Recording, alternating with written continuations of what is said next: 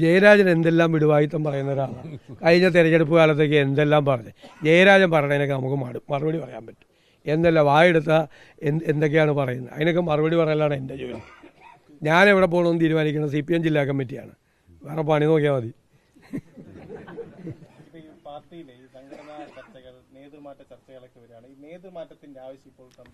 അത് അങ്ങനത്തെ ഒരു ചർച്ചയും പാർട്ടിയിൽ നടന്നിട്ടില്ല എന്ന് ഞാൻ പറഞ്ഞു.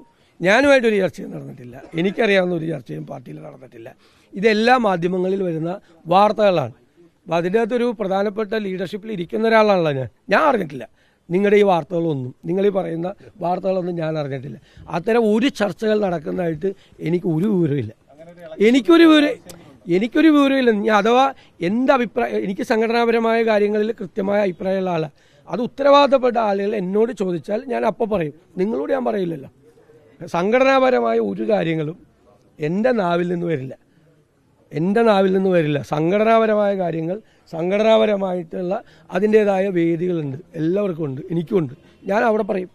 അത് സംഘടനാപരമായി ഞങ്ങളിത് നന്നായി തിരിച്ചുവരവിന് വേണ്ടിയിട്ടുള്ള വലിയ തയ്യാറെടുപ്പുകളൊക്കെയാണ്. ഒരു വലിയ തെരഞ്ഞെടുപ്പ് കഴിഞ്ഞ് കോൺഗ്രസും UDFും ശക്തിയാർജിച്ച് ഒറ്റക്കെട്ടായി ഒരു അഭിപ്രായ വ്യത്യാസമില്ലാതെ മുമ്പോട്ട് പോയിക്കൊണ്ടിരിക്കുന്ന കഴിഞ്ഞ ഒരു 10-20 വർഷക്കാലത്തിനിടയിൽ ഏറ്റവും നല്ല സമയമാണ് ഇല്ലേ. ഉജ്ജ്വലമായ ഒരു തെരഞ്ഞെടുപ്പ് വിജയം വയനാട്ടിലുണ്ടായി. 4,10,000 വോട്ടിന് പ്രിയങ്ക ഗാന്ധി ജയിച്ചു. ഷാഫി പറമ്പിൽ ജയിച്ചതിൻ്റെ 5 ഇരട്ടി വോട്ടിന് രാഹുൽ മാങ്കൂട്ടത്തിൽ പാലക്കാട് വിജയിച്ചു. നിങ്ങൾക്കറിയാമല്ലോ പാലക്കാട് എന്തെല്ലാമായിരുന്നു പ്രശ്നങ്ങൾ, എന്തെല്ലാം ബഹളമായിരുന്നു. ഷാഫി പറമ്പിൽ ജയിച്ചതിൻ്റെ 5 ഇരട്ടി വോട്ടിനാണ് രാഹുൽ മാങ്കൂട്ടത്തിൽ ജയിച്ചത്. 39,600 വോട്ടിന് K രാധാകൃഷ്ണൻ ജയിച്ച സീറ്റിലാണ് അവരുടെ വിജയം 12,000-ലേക്ക് ഞങ്ങൾ ഒതുക്കിയത്. അതാണ് കോൺഗ്രസും എല്ലാം. ഞങ്ങൾ ഒറ്റക്കെട്ടായിട്ട് ഒരു ടീം അത് നിൽക്കുന്നത് ഒരു സംശയമില്ല. എന്ത് വിമർശനമാണെന്ന് ഒരു കാര്യമില്ല. അതിലൊന്നും അങ്ങനെ എല്ലാവരും പറയുന്നതിന് മറുപടി പറയാൻ പറ്റും ഒന്നുമില്ല. ഞങ്ങൾക്ക് സംഘടനാപരമായിട്ടുള്ള ഒരു പ്രശ്നങ്ങളും ഇല്ല. അങ്ങനെ ഒരു ചർച്ചയും നടക്കുന്നില്ല. എനിക്കറിയില്ല ചർച്ച നടക്കുന്നത്. ഞാൻ അത് നിങ്ങളോട് പറയില്ലല്ലോ. ഞാൻ എൻ്റെ അഭിപ്രായം ഞാൻ എങ്ങനെ ഇവിടെ വന്നിട്ട് മാറണ്ടെന്ന് അതെങ്ങനെ രാവിലെ എഴുന്നേറ്റ് മാധ്യമപ്രവർത്തകരാണോ ഇപ്പോൾ ഒരു പാർട്ടിയിലുള്ള ആളുകൾ നമ്മളെ പോലത്തെ ഒരാൾ അഭിപ്രായം പറയേണ്ടത്? അത് പറയേണ്ട സ്ഥലത്ത് പറയേണ്ട ഇതിൽ ഞങ്ങൾ ചർച്ച ചെയ്യും. ഞങ്ങളുടെ ജനാധിപത്യ പാർട്ടിയാണ്. ഇപ്പോൾ VD സതീശനോ K സുധാകരനോ പോക്കറ്റിൽ നിന്നൊരു കടലാസ് എടുത്തിട്ട് ഇതാണ് തീരുമാനം എന്ന് പറഞ്ഞാൽ കൈയടിച്ച് അംഗീകരിക്കുന്നവരല്ല കോൺഗ്രസ് ഉള്ളത്. ഞങ്ങൾ ചർച്ച ചെയ്യും. ഞങ്ങളുടെ ചെറുപ്പക്കാർ വരെ ചോദിക്കും അതെന്താണ് നിങ്ങൾ അങ്ങനെ പറയാൻ കാര്യമൊന്നും. ഇത് CPM പോലത്തെ ഒരു പാർട്ടി അല്ല കോൺഗ്രസിലുള്ള ജനാധിപത്യപരമായ ചർച്ചകൾ നന്നായി നടക്കും. എല്ലാവർക്കും അതിനുള്ള അവസരങ്ങൾ പാർട്ടിയിലുണ്ടാവും. പാർട്ടി കമ്മിറ്റികൾ കൃത്യമായിട്ട് യോഗം ചേരും. UDF കൃത്യമായിട്ട് യോഗം ചേരും. അവിടെ എല്ലാവരുടെയും അഭിപ്രായം പറയും.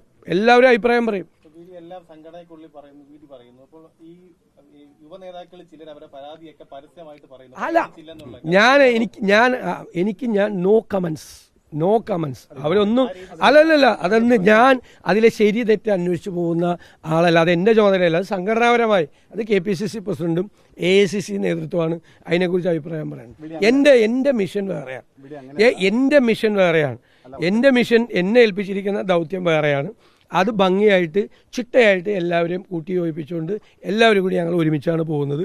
എനിക്ക് എല്ലാവരുടെയും പൂർണ്ണമായ സഹകരണം അത്തരം കാര്യങ്ങളിൽ കിട്ടുന്നുണ്ട്. തെരഞ്ഞെടുപ്പ് രംഗത്ത് എല്ലാവരുടെയും സഹായവും സഹകരണവും ഉണ്ടായിരുന്നു. ഞാൻ എല്ലാവരോടും നന്ദി പറഞ്ഞത്. എല്ലാവരും അതിൻ്റെ അകത്ത് പൂർണ്ണമായ ഉത്തരവാദിത്തത്തോടെ കൂടെ നിന്നു. ഒരാളെക്കുറിച്ച് പോലും പരാതി പറയാൻ എനിക്കില്ല. ഒരു അവസരം ഒരാളെ ഉണ്ടാക്കിയില്ല. അതുപോലെ കഠിനാധ്വാനം എല്ലാവരും ചെയ്തു. ഞാൻ കണ്ണു നിറഞ്ഞുകൊണ്ടാണ് അന്ന് പറഞ്ഞത്, എല്ലാവരോടും നന്ദി പറഞ്ഞത്. അതുപോലത്തെ ഒരു ടീം വർക്കാണ് ഞങ്ങൾ UDF കോൺഗ്രസിനകത്തും UDFിനകത്തും പെർഫോം ചെയ്ത്. പിന്നെ ജനാധിപത്യ പാർട്ടികളല്ലേ ഇത്തിരി ചർച്ചകളൊക്കെ വരും. അതിൻ്റെ അപ്പുറത്തേക്കുള്ള ഒരു ഗൗരവം അതിന് കൊടുക്കേണ്ട. ഗൗരവം പറഞ്ഞ അഭിപ്രായങ്ങൾ ആളുകൾ പറഞ്ഞാൽ, മുതിർന്ന നേതാക്കളും ചെറുപ്പക്കാരായിട്ടുള്ള ആളുകളും അഭിപ്രായം പറഞ്ഞാൽ അത് ഗൗരവത്തോടുകൂടി കേൾക്കുകയും ചർച്ച ചെയ്യുകയും ചെയ്യും. അതിനെന്താ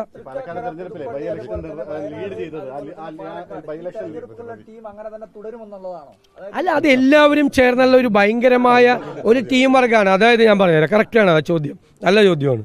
അത് മുതിർന്ന നേതാക്കന്മാരുടെ അനുഭവങ്ങളും ചെറുപ്പക്കാരുടെ ആവേശവും ഇത് രണ്ടും കൂടി ബ്ലെൻഡ് ചെയ്തുകൊണ്ടുള്ള ഒരു പുതിയ തെരഞ്ഞെടുപ്പ് ശൈലിയും രീതിയുമായിരുന്നു. ഉറപ്പായി അത് തുടരും. എന്താ സംശയം?